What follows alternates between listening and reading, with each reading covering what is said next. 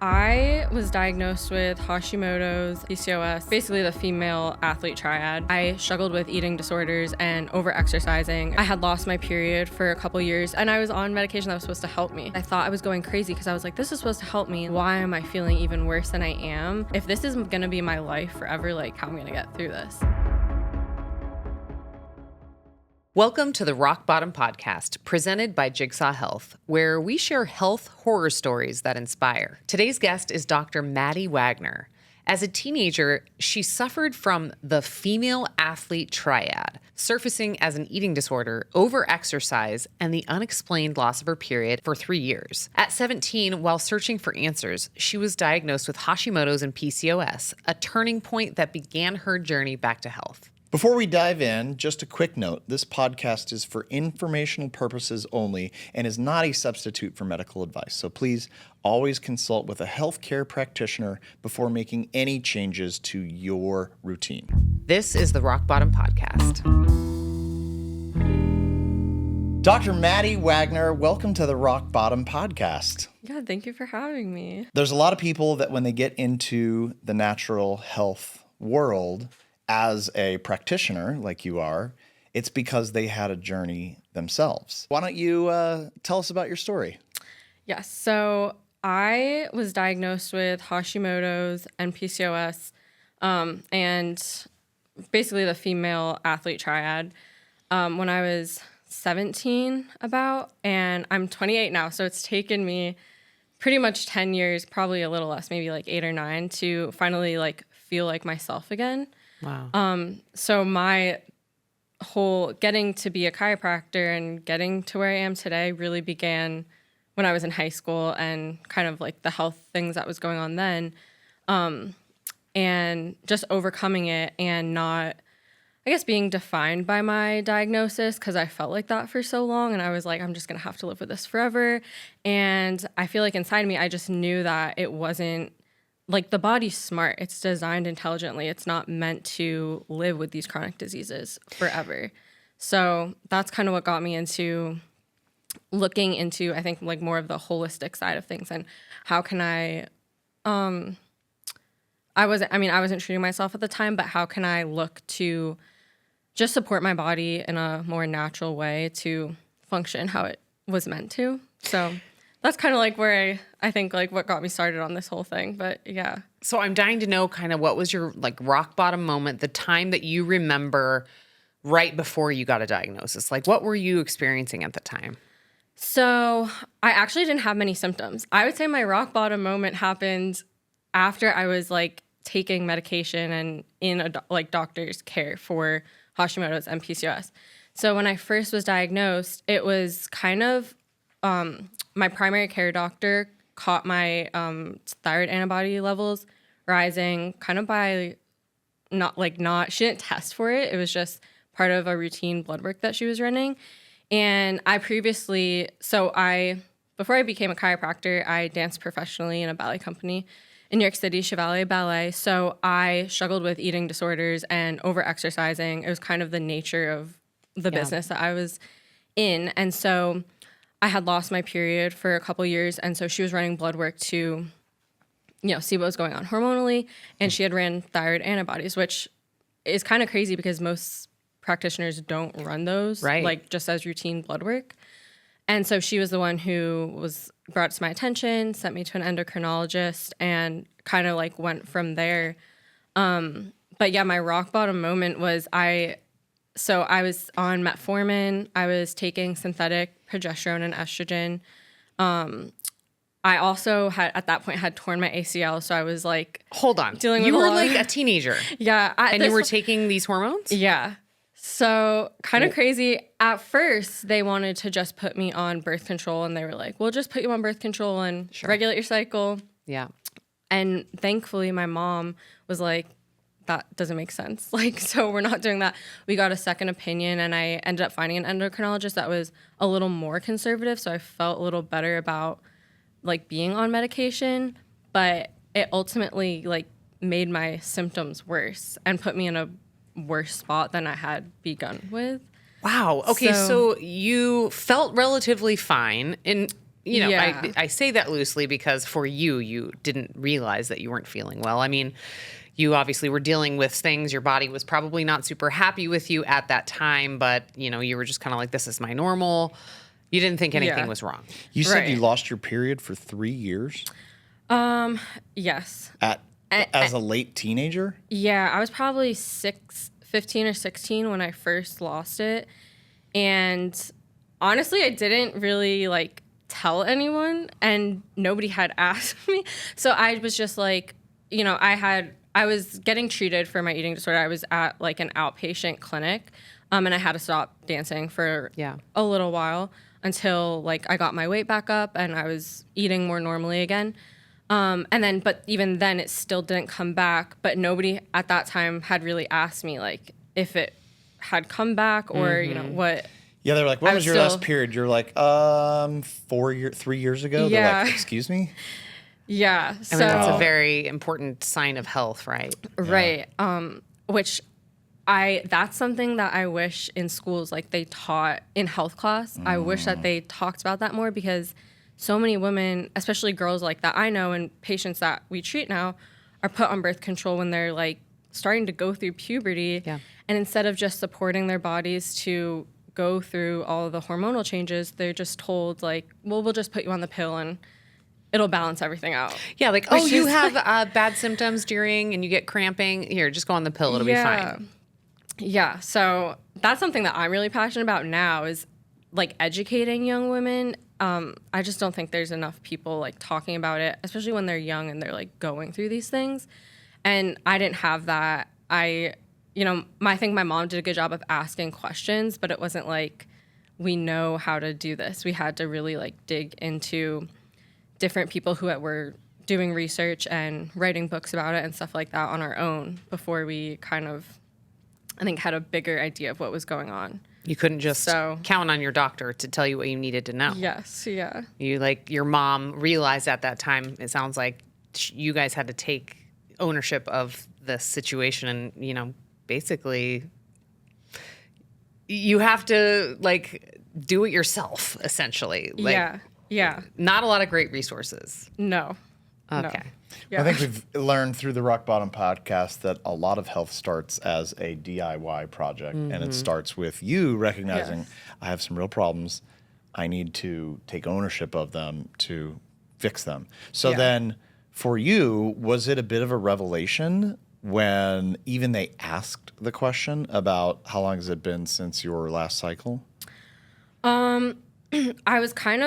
I think I didn't realize how big of a problem it was until someone had asked me, and then they were like, whoa, like, that's not good.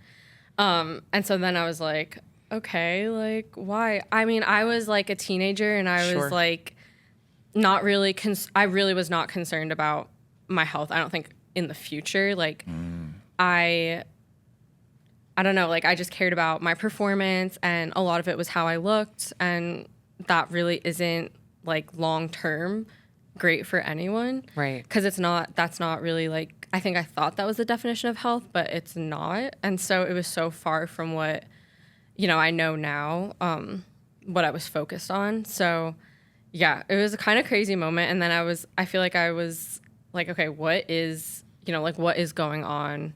What do I need to do to be healthy? And what does that even mean? So yeah, it was kind of a crazy moment. So then you get diagnosed. They put you on medications. What medications do you remember they put you on? So I was on levothyroxine, and then I was taking, like, I didn't take birth control, but they still had me on synthetic progesterone and estrogen, cycling with my cycle.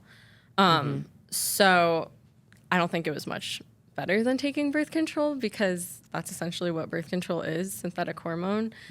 I think I just felt better about it because it didn't have the label. I just didn't want it to interfere with my ability to get pregnant in the future. And I just had never heard of any good stories of somebody being on birth control and then coming off of it and like it being totally fine. Which I know that some people, that is their experience, but personally I didn't know anyone that had that, and everyone that I knew that had been on birth control and then trying to get pregnant struggled a little bit.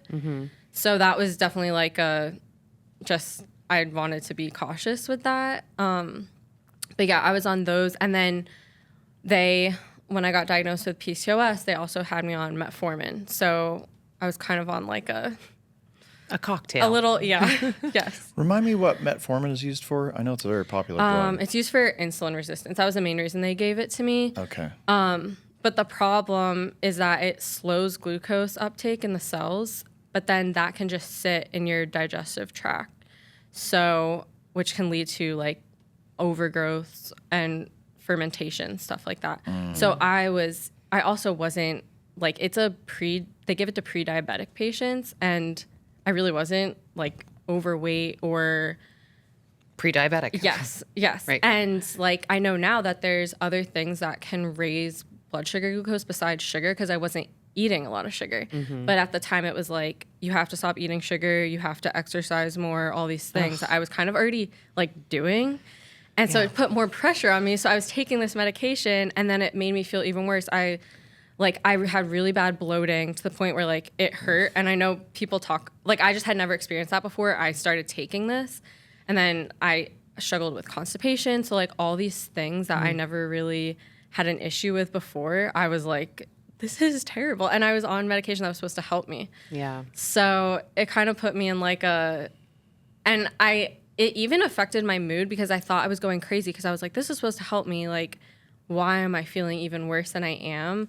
And I'm just thankful for my mom, because she was like, you need to stop taking it and like talk to the doctor and, tell them what's going on. Yeah. So that was definitely one scenario where I wasn't on it for very long, but it was like, okay, we need to stop and like figure out what's Way to listen to your body, right? Yeah. Yeah. So, and your mom. And your mom. Yes. So, yeah, kind of crazy, but. So then you stopped taking the metformin, you stayed on the hormone medications. So at that point, I was kind of done with all the medications that I was taking. And I ended up taking myself off of the Synthroid that I was on, or levothyroxine. And they told me I was on a low dose anyway. It was so long ago, I don't even remember. But I just remember I was like, I'm just going to take it like every other day and like see how I feel. And then eventually I just ran out of pills, and I was like, well, I'm not going to get a refill. Yeah. And so then what was crazy is so around this time, I have been going to a chiropractor my whole life. And he was the one that referred me to a functional nutritionist. And so she just worked with me diet-wise on ways that I can support my thyroid and my body, like through all these things happening. So I was doing that alongside of like taking the medication. That's good. Yeah. So when I went off the medication, I did go back to the endocrinologist, got blood work done, and she was like, well, your antibodies are gone. And I was like, oh my gosh. So Thyroid antibodies were gone? And do you credit the diet change to that mostly? Yeah, I think so. I had made a lot of like lifestyle changes and diet changes, and then like stopped taking the medication. And it was just crazy, because I think back and I'm like, if I hadn't said to myself like, okay, we're done with the medication, let's try like get off of it, I don't know if they ever would have taken me off of it. Probably not. Yeah. So, and then I probably would have gotten more and more. And the thing with Hashimoto's is it's not even a thyroid problem, it's a immune system issue. And so the hormone, it can give me the thyroid hormone, but it's really it's not helping my autoimmune, which then can spread potentially into other areas like of the body. So Remind our listeners real quick, Hashimoto's is underperformance of the thyroid? yeah, so it's hypothyroidism, and Where it's you're not autoimmune. producing, your thyroid is just sluggish. Yeah. So And then it's an autoimmune condition that attacks the thyroid. yeah. So that's why it slows down. and also PCOS is Polycystic ovarian syndrome. So I did have the thing with PCOS that makes me frustrated is it's like an umbrella diagnosis. So if you just meet certain criteria, they're like, okay, this is like what your diagnosis is. And so some people do have ovarian cysts. I had an ultrasound and I didn't have any, but they diagnosed me with insulin resistance, irregular periods. And then, that was like their reasoning for giving me that diagnosis, which it made that I think made me think of the way that I know I was so attached to my diagnosis, but really it's like what's going on in the body as a whole, because it's all connected. It's not like you can like dissociate the hormonal aspects from the cardiovascular, like everything's connected. Yeah. So for me, I was like, okay, like, I don't know, this really doesn't like mean a ton now, but I feel like they just put you in something so that they can like give you the medication for, you know, whatever it is. It's easier to put a label on the diseases and then follow the chart of medications to try to see if it moves the numbers. Yeah. Yeah. That's just medicine today. Yeah. Or that's kind of Western medicine today. Yeah. Yeah. But what you're saying is that doesn't really treat the root cause. It more just masks the symptoms of. Yeah. So like they were giving me the metformin for the PCOS, for the insulin resistance. But like then it made my symptoms worse. And so it wasn't, I don't even think my blood sugar markers were really getting any better. So that was a moment where I was like, okay, like what's going on? Kind of like with the thyroid, same thing with the thyroid medication. So how long were you on those? I was on those probably from when I was 17 to 21, 22. So like 5 years. 4 or 5 years of metformin and so feeling crummy. Levothyroxine. Yeah. The metformin was later on. So I was probably only on it for like a half a year. That was like a little shorter time because I felt so bad when I was on it that I like was like, I can't do this long term. When you started to wean off the levothyroxine, did you have any kind of like symptoms, or was it like, did you have any effect from that, negative effect from it? I didn't. I mean, I was also like working on my gut. So like I had a stool test. I had bacteria overgrowth. So I was doing stuff for that, which oftentimes when you like kill the bad bacteria, you can have kill off symptoms or die off symptoms, we call them. So I had some of that, but I didn't really notice when I was coming off the medication anything, you know. You weren't super tired or anything? Yeah, like I never really struggled with fatigue that much. I've lived in a moldy house. So when that was a thing, like I thought that was a Hashimoto's flare-up. And then I was like, this is not, I mean, it might have been it probably was affecting my immune system because mold is so toxic, but it wasn't like I was having a Hashimoto's flare-up for no reason. Like I was living in a moldy house. So I know what that feels like. And it wasn't like that when I was coming off the medication. Yeah. So around age 22, you were then getting out of college? Because I think you were saying, you told me when I met you that you were dancing in college in New York. So you're a professional dancer. Yeah. So I didn't go to college right away after high school. I just danced professionally for 3 years. And then when I was in New York, right? In the big sign, the Big Apple. Yeah. And then was it ballet? Yeah, it was. So did you do any ballets that I might know? Probably all of them. I mean, the Nutcracker. Oh, I know that one. Swan Lake. Yes. I do know that one. Okay. Yeah. All the big ones. Yeah. That's awesome. Yeah. So I stopped because, I mean, my body was just like not taking it. Like I was still kind of struggling with an eating disorder. And then at that point I had torn my ACL. So it was kind of like, okay, we have to like, you know, I didn't want that to be the rest of my life, just kind of struggling through like these diseases and like, I don't know, like that I was dealing with. And so, and I wanted a family, and I knew that like staying in that environment was not going to give me a very fruitful life. Like personally, I know that people do it, and you know, that's amazing that they can. But for me, I was like, I need to just get healthy and like not just like physically now, because my knee was blown out. So yeah, it was a couple of different like factors, but I went back to school fall of 2019, and then COVID hit that spring. So I ended up transferring home. I'm from New Jersey, so I went to a state school and just commuted, and I ended up getting my knee surgery, retore it, got surgery again. Ow. Yeah. So, And then through like during that time, I worked for my chiropractor. And so I never really like thought about going to chiropractic school. I just was trying to figure out what I wanted to do.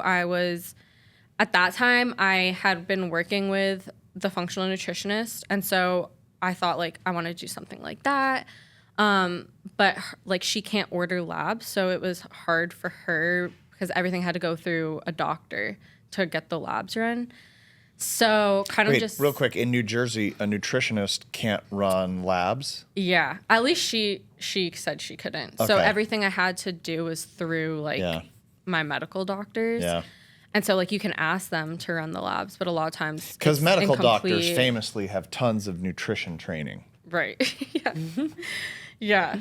So yeah, it was through that my chiropractor was like, well, you can do all this stuff underneath your license. Yeah. And so that's like really why I went to chiropractic school. And I love adjusting. Like, I think it's so powerful. I've been adjusted since I was a baby for ear infections, but I just love I think what chiropractic does a great job of is looking at the body's function as a whole and looking at how stress, which could be physical, chemical, or emotional, interferes with the body's normal functioning. But we view it as the body knows, it doesn't make mistakes. It knows how to function, and given the right environment and, diet, lifestyle, it will adjust because it wants to be in homeostasis. Sure.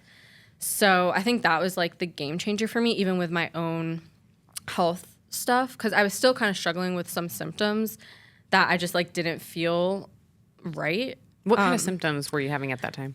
I was having at this time, I was having a hard time losing weight. It wasn't just that, like I was holding on to a lot of inflammation. My face was puffy. Like I just felt I felt inflamed. Yeah. Mid-20s? Yeah. Yeah. And then I was kind of struggling with like fatigue type symptoms. And when I would get tired, I'd get a little bit of brain fog. Mm-hmm. So, which is great when you're starting school and you're I know, right? in a doctorate program and you're going from, like we would go from 7 a.m. to 5 p.m. And so like even that was kind of like a stress. Mm-hmm. But yeah, it helped me, I think, just the philosophy of chiropractic and how, like I was just talking about, with my own body and my own like things going on, to view it differently. When you were healing from your knee surgery, I had 2 knee surgeries myself, so I know how frustrating and isolating and just like you're just laid up for a while. Yeah. Like mentally, that can be a little funky too. Mm-hmm. Talk about that time. Yeah. So my first surgery, I could walk, like I was on crutches, but I could bear weight, like right away pretty much. But I mean, like I would show you guys if I had not jeans on, but you can still see the scars from my first surgery, and I just kind of felt like Frankenstein, honestly, because it was like, I don't know, like it was just my scar, like the incisions were huge, and it honestly just didn't look well done. I didn't know at the time because that was my first like surgery that I'd ever have, but it ended up failing after I was cleared for sport. So I was doing like rehab type stuff at the gym that I was like training with a PT at, and I was doing lateral jumps, and I just landed on it and it like popped, and I immediately knew. I was like, oh, there goes my ACL again. Oh. Like the reason why I share that, because the second I knew I needed a second surgery, I tried avoiding getting a second surgery, and I was like, I'm just gonna, strength train it as much as I can, strengthen my quads, hamstrings, everything. But it got to the point where I would walk downstairs at home and like I would just fall down the stairs because it would give out, and it was just like, okay, I can't I can't live like this. And at that point I knew I wanted to go to chiropractic school, and I was like, well, I can't adjust people if I can't stand up. So right. I was like, at that time I did a lot of research. I almost felt like I interviewed like all these other surgeons because I was determined to find someone who was like very competent in what they do, and that I was comfortable with going into surgery again. Because it was even though I could bear weight, it was still a long recovery. Mm-hmm. So I ended up going to Hospital for Special Surgeries in New York City, and I loved my surgeon, who I ended up choosing. I had such a great experience with him. You can't see the incisions that he made. I mean, you can barely see it, like, compared to my other ones.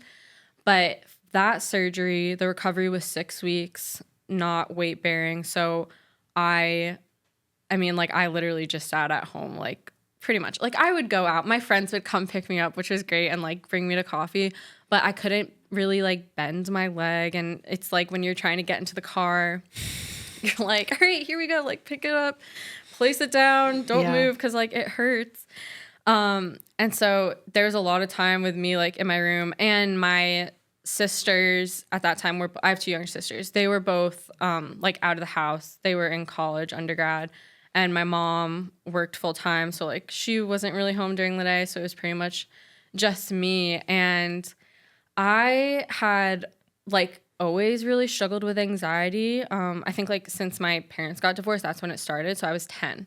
So that was, like, that's always kind of been, like, an underlying thing for me. And then when I started to go through all these, like, health issues, when I was 17 and I first saw an endocrinologist and he wanted to put me on birth control. He was like, well, you have to take this, otherwise you're not gonna be able to have kids in the future. Oh. And I was like, well, I'm like 17 and I'm not even dating anyone, but, like, that's kind of, like, that's important to me. Yeah. And so kind of, like, use, like, that fear, like, tactic. Definitely. Yes. A fear tactic. And I just thought that was, like, to me, that's just bad healthcare. Like, that's not really like, we talk about informed consent, and that's not informed consent. That's, like, just it's like, fear. do this or else. Yeah. So that, I think, was, and then, you know, every time you have, like, your blood work looks worse than it did, or a new diagnosis comes up, it's like another, like, just added, like, more stress. Yeah. And so during that time I knew that I was going to be 6 weeks without, like, being able to walk. And I was really reliant on, like, because I was on crutches, so you can't really carry, like, your food even. Right. So I was really reliant on, like, my family, who thankfully, like, did, you know, as much as they could when they were there. And they would, like, my room was on the second floor, so they would bring me stuff, like, if I was up there, and I slowly learned how to, like, go up and down the stairs. But yeah, I just, like, the anxiety was still there, and I feel like I just completely surrendered to the Lord. And what Brett was talking about, my grandma would, when I was younger and I would have anxiety, she would just read scriptures over me, and it was crazy because I would feel like just the weight lifted off of me. And so I did just, like, really commit that time to my relationship with the Lord and just growing that. And I did find so much peace, like, during that time, which really helped me, like, mentally get through just it was, like, traumatic for me too. Like, I still have the scene replaying of, like, when I jumped and my knee, like, popped. So it was even that, like, kind of overcoming that. And now, like, I'm 4 years since that surgery, and I know that, like, I can do almost everything that I could before. So I know that it's possible, but just during that time, it's when you're going through it, it's so tough because it's when you're, like, just alone with your mind. Yeah. Right? And the thoughts, like, start to go. Yeah. So yeah, that's definitely a tough, you know, like, recovery to get through mentally and physically, because you have to put the work in, but also, like, the mental work too of, like, you know, I think, like, speaking positive thoughts too, and not just, like, beating yourself down is so important. I mean, we see that, like, how important it is with our patients when they get down on themselves, or they don't get better. But once they start thinking positively and they have that hope that they can overcome, you know, whatever it is, like, they start to make progress. So yeah, the mind is so powerful. But yeah, that was a tough time. So would you say that might have actually been the rock bottom? I mean, it really wasn't just the surgery and recovering from the surgery. It was all the events that had been leading up to this moment where all of a sudden you've been through it all, and now you're, like, laid up in bed for 6 weeks. You're like, what else is there? Yeah. That was a really tough time. I think I had in the past, like, pushed myself a lot to just like make sure I was like on top of my diet, like eating the right things, doing the right exercise, like all these things. And that was the time where I just couldn't like, I really had less control over like what I could do. And so it was a rock bottom moment, but I feel like I prepared for it. So I knew what I was getting into, and I could almost like, I guess just be prepared for that time. So it wasn't as like rock bottom, I feel like, as physically like I felt during other like areas of my life or times in my life, I guess. At your most rock bottom that you can recall on a scale of 1 to 10, 1 being the worst, 10 being the best, what would you say your number was on, the regular? Probably like a 2. I mean, I was not suicidal, and I didn't really struggle with depression, but there were days when I was like, how, like, if this is going to be my life forever, like, I don't understand, like, how I'm going to get through this. So it's tough. Like, it's really tough and it's tough to see people, like, go through that when, you know what it's like. Yeah. And, So. And how do you feel now on a regular? On that same scale, 1 to 10. Yeah. I usually feel like a 10, but it's great. taken me so long. Yeah, it's taken me a lot of work to get here. A lot of like, just, I think even setting boundaries, like I just realized that sleep is really important for me. And so if that means like, not going out on the weekends and just being protective of like getting to bed at a certain time and then like getting up at a certain time too. But the most restorative sleep happens before midnight. So, the earlier you can get to bed, the better. And I definitely like feel the benefits of that. So as long as I'm doing, what I need to, of course I slip up because I'm human and life happens. But yeah, for the most part. Are you wearing an Oura ring? Yes, I am. What was your sleep score today? My sleep score, it's been in the 90s. So Nice. I've been doing pretty good. Yeah. Ashley is a 90s. I'm a 90s girl also in the Nice. sleep score area. I'm a low 80s. I'm trying to catch up, but I think I scroll a little bit He gets on too Twitter late at night. I keep telling him, but, Yeah. Yeah. he's got to learn for himself one of these days. Maybe when I'm in that chair, then I'll finally switch over. I have a question on thyroid. So I'm sure you see a lot of patients that come in with thyroid troubles. I mean, I feel like almost everyone and their mom has thyroid problems in this life today. Almost every episode of Rock Bottom podcast we've done has been crazy. thyroid. And the thyroid is the master hormone gland, right? Is that correct, or is that the pituitary? Well, that's probably like the hypothalamus. Right? The HPA axis? Yes, the hypothalamus pituitary axis. And the adrenal glands.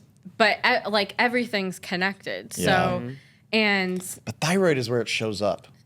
Yeah. So much. Yeah, for a lot of people it does. Yeah. Or that's the easiest thing to point to medicate, rather. Oh, yeah. So let's just that's say someone true. comes in, they've got all the classic thyroid, maybe low thyroid, they're feeling tired, sluggish, can't get through the day. I'm asking for a friend. What is your advice to someone that wants to try and maybe not be on medication anymore? That's tough because it's so individual for everyone. But it's really, I think if you can find a practitioner that's willing to look deeper and see like if it's Hashimoto's, like why is your immune system so just like what's it called, like why is it attacking your tissue? And your immune system's not going to attack healthy tissue. So, what is happening there? That's What's causing the root cause, basically? Yeah. And so, I mean, for me, like when my antibodies rose, that was when I was living in a moldy house. So that was like after this whole, like, I wasn't on the medication anymore, but they did rise. But it wasn't like I didn't go back on the medication just because my thyroid was out of whack again. I ended up moving out of the house, and we use so I was working with a Wellness Way doctor at the time. A Wellness Way? Yeah, so that's our franchise that we own. So we own the Wellness Way North Scottsdale, but the Wellness Way is a part of like a bigger franchise. I'm not sure how many clinics they have, but they're not in every state, but they order the tests. They're all chiropractors. They order the tests, and then they have their own supplements. And there are a lot of herbal supplements. So they act on the pathways in the body similar to what medication is like trying to do, but it's holistic. Yeah. So it's, it's easier for your liver to detox. 'Cause like, I think that's something too that people don't realize when they're on medication, your liver has to detox all the medication and get it out, which is like a stressor. Yeah. So, I did a stool test, and then I did comprehensive blood panel with a full thyroid workup. And that was like those two combined with like going into my health history and my environmental like stressors that I was in, really like put it to like full circle for me. And I was able to, that's when I really like reached the tipping point of like going up, like completely up, uphill with my health. So your gut issues were kind of the root cause of your thyroid thing. It played a big part, right? Yeah, it did. My immune system in my gut was really activated. I had bacteria overgrowth. I had some yeast overgrowth as well. But like what I think what's great about what we do too is like those things, your gut should be able to fend off those things. But when we're stressed, stomach acid decreases and it allows for all these things to affect us. Gosh, it always comes down to stress, doesn't it? It does. And so that's where it's kind of like, okay, where's the stressors coming from? And it's so different for everyone. Like it's hard to pinpoint. It could be like emotional for someone. It could be like physical. It could be, whatever, like living in a moldy house was for me a big one later on. But what are your top 3 stress management favorites? Oh, geez. That is tough. Well,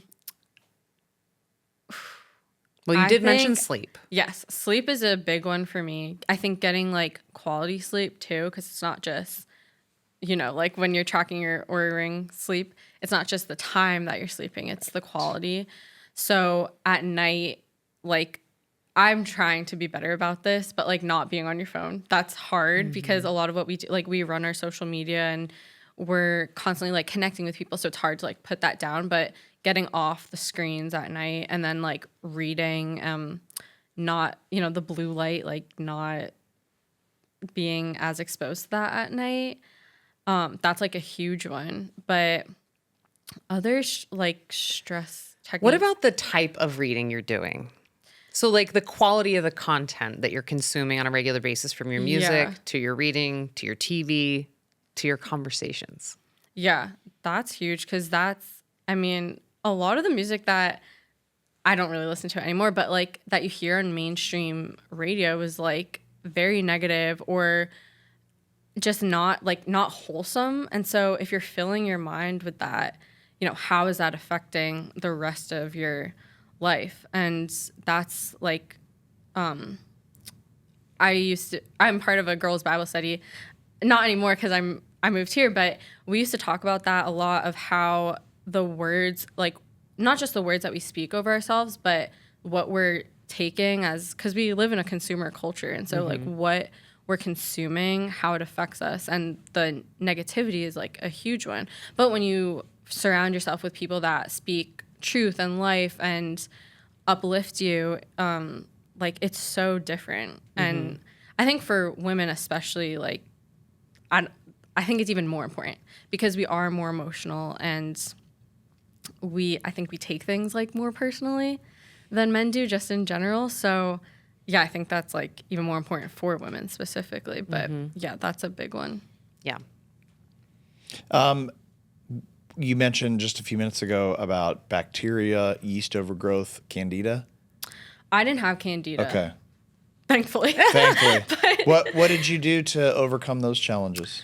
So I cut sugar out of my diet because they feed on sugar. So I was basically I was essentially carnivore for a short amount of time. Okay. And then I cycled some different herbal supplements that we now like offer, but I used Golden Seal, which has berberine in it. So that was also like a good one for blood sugar regulation. And then I also did, gosh, this was so long ago. At the time, I think I did chamomile, which is, it really supports the gut mucosal lining, which creates, or it, oh, what's the word? Like it secretes the good bacteria, specifically Akkermansia. So like that's really important, especially for people with chronic constipation. That's like chronically low we usually see. But for me, that was also low. So I was on a couple of those. And then I was also on some like stress support supplements at the same time. So yeah, I would also just say like consult your provider. Like don't just take these, because they can, if you take them not how they're supposed to, they can like cause really bad reactions. This is just what helped you. Yes, yeah. I'm curious, did you take any magnesium at the time, or do you take any now? I did, yeah. I always take magnesium. So that's been a big one for me. Because I know that chronic constipation can often be because you're magnesium deficient. Yeah. And a lot of people are walking around magnesium deficient, of Yes. course. Because they're so stressed out, and the body under stress uses more and more That's right. magnesium. And Shout it's out hard to get from the food. Yeah. Morley Robbins, aka the Magnesium Man. Yes, we know a man. That's the magnesium man. That's right. It's no big deal. Do It's you fine. know the Magnesium Man? The Magnesium Man? I'll stop right there. Thank you. Dr. Maddie, if you were to write a book about your health journal, what would the title of that book be? I think it would be The Body Doesn't Make Mistakes. And so I love it. because it just like, it doesn't. And if you look, I mean, like a lot of what I had going on, I did my own research, but there are practitioners out there who are willing to like do the work and dig deeper. And once they realize, once you know that the body doesn't make mistakes, like you follow the physiology and what's going on, and you can get to what's happening. And, we get a lot of like flack from it and people saying, well, that's not real science, but like it's physiologically how the body works. Like it's biology, it's biochemistry. Call it what you want. It's Yeah. just truth, right? Yeah. So I think like that's just really important to realize. And when you realize that, I think your whole mind shift changes, because we'll ask people that, do you think the body makes mistakes? And that's kind of like when I was diagnosed with Hashimoto's, that was the answer I was given. Your body's making a mistake. It's attacking your There's something thyroid wrong with tissue. you. Yeah. And it's like, well, it's not making a mistake. Like there's a reason why it's doing that. And what's the reason? So This is reminding Yeah. me of a quick Anita Moorjani story that I want to tell. Do you know that name, Anita Moorjani? She wrote a couple of really good books. Maybe This Is Heaven And Dying to Be Me. yes, Dying to Be Me. She had a really amazing near-death experience.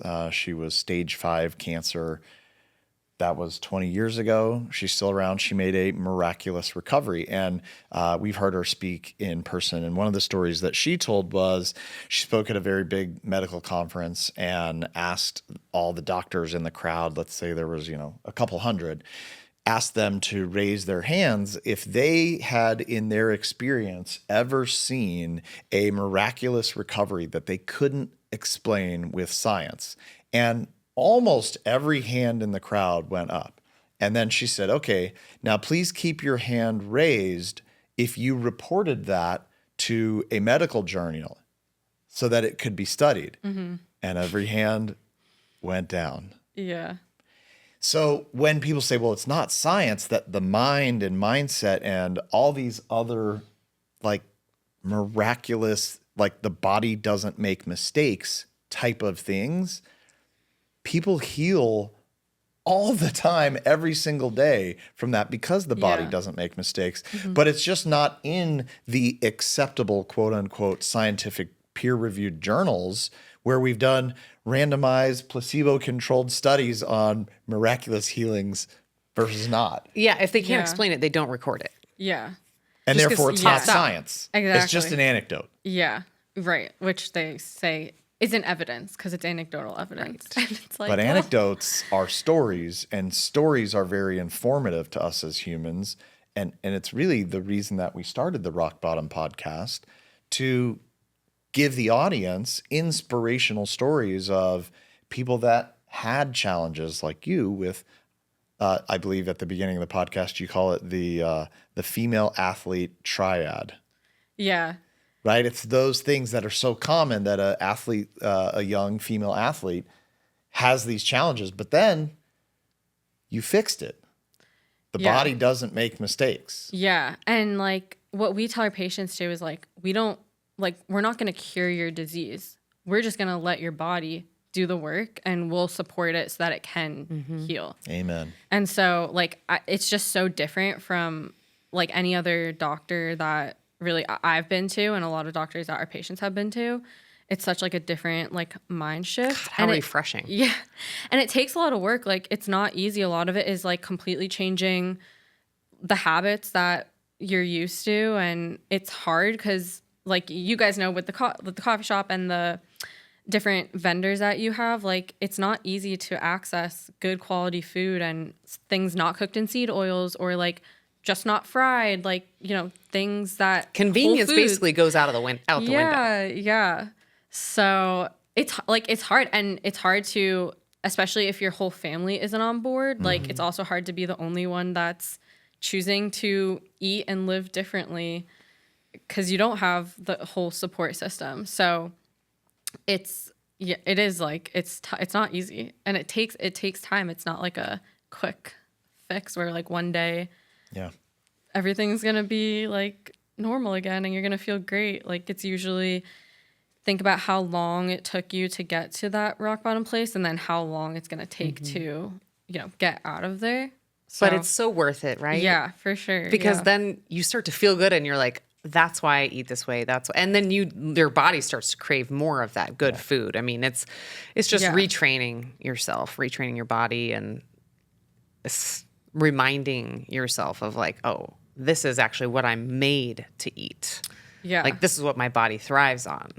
Yeah. Yeah. Yeah. And then you gain like that confidence that, you know, I think once you do that and you gain the confidence that your body is working how it should, you can thrive in like any area of your life, like in your job, in your relationships, in your family, like those things really flourish. And so like, I think it just goes beyond like healing from the disease, because that disease is probably affecting other areas of your life. So, yeah. So where can our audience that's who may happen to be local, you and your husband, Dr. Brett, are opening the Wellness Way in North Scottsdale. Where can they find you, and where can they find you online? Yes. So our office is going to be on North Pima and East Pinnacle Peak. Do you have the exact address? It's like maybe we can follow you on Instagram. Yeah, on Instagram we're thewellnessway.northscottsdale. Awesome. And then our website is thewellnesswaynorthscottsdale.com. So beautiful. Yeah, and you can just connect with us there, and And you'll be texting us right back at 9:10 p.m. Yes. Do you do any virtual work, or is everything in office? Yeah, we work with a lot of virtual patients. Beautiful. So we love to see like our patients in person, but if you are like, you know, traveling or whatnot, we do offer virtual care. So I love that. yeah, and we ship like all the tests and supplements too. So well, thank you so much for all you do to help people feel better and give them hope and help them learn a better way. You know, it's really amazing. So thank you for being on the show. It's been a pleasure. Yeah, thank you for having me. This episode of the Rock Bottom Podcast is brought to you by Jigsaw Health, a family-owned, Arizona-based nutritional supplement company. Every formula is made with clean ingredients that are third-party tested to ensure that what's on the label is in the bottle and nothing else. Learn more at jigsawhealth.com. Do you have a health horror story? We're always looking for stories that will inspire others, so please use the link in the description to apply to be on our show. Finally, if this episode resonated with you, then please like and subscribe. It really helps others to find our show, and we want to help spread the word. New episodes drop every other Wednesday, so thank you so much for tuning in, and we'll see you on the next show.